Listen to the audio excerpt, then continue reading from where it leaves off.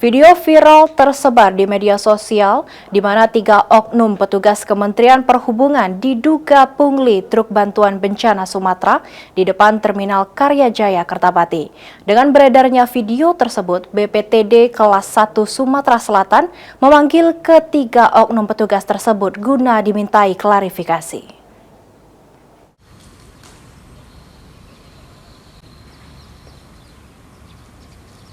Balai Pengelola Transportasi Darat kelas 2 Sumatera Selatan melakukan pemanggilan dan meminta klarifikasi langsung kepada 3 oknum petugas yang diduga melakukan pungli terhadap relawan yang akan mengirim bantuan bencana Sumatera di Terminal Karyajaya, Palembang.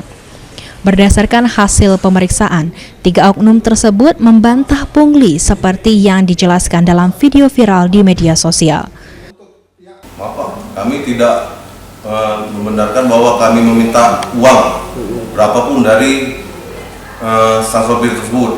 Yang jelas kami cuma mengarahkan supaya administrasi mobil tersebut diurus, dan kami juga berdasarkan kemanusiaan Pak. Mereka mengatakan ingin mengantarkan bantuan untuk bencana alam di Aceh. Kita persilakan dan tidak kita persulit. Cuman itu Pak. Sementara itu, Kepala Seksi Lalu Lintas Jalan Sungai Danau Penyeberangan dan Pengawasan BPTD kelas 2 Sumatera Selatan, Milver John Lee mengatakan, meski 3 petugas BPTD membantah pungli, BPTD terus melakukan pendalaman. Namun, jika terbukti bersalah, yang bersangkutan akan ditindak tegas dengan pemberian sanksi administrasi hingga pemecatan. Tadi sudah disampaikan juga oleh petugas kita kan, menyampaikan bahwa mereka tidak menerima. Kami akan melakukan langkah hukum terkait ini dan akan melakukan langkah-langkah selanjutnya untuk yang memviralkan sama sopir.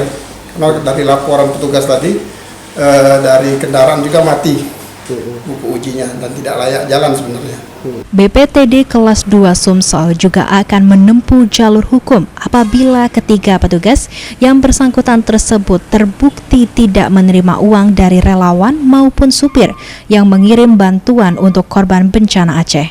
Eki Saputra, PAL TV.